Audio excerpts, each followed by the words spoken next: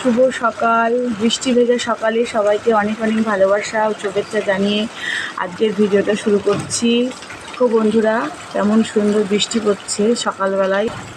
ঘুম থেকে যখন আমি উঠলাম দেখলাম মানে একটা হালকা হালকা মেঘ আকাশে ভাসছে, আস্তে মেঘটা ঘনিয়ে এলো। তারপর কিছুক্ষণ পর থেকে এরকম বৃষ্টি পড়তে শুরু করলো।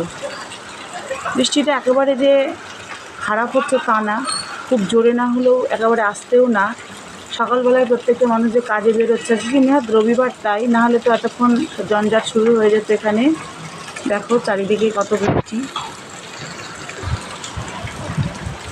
এরকম সকালবেলায় বৃষ্টি হলে কাজের গণ্ডগোল হয় একটু ঠিকই, কিন্তু মনটাও বেশ ভালো হয়ে যায়, তাই না?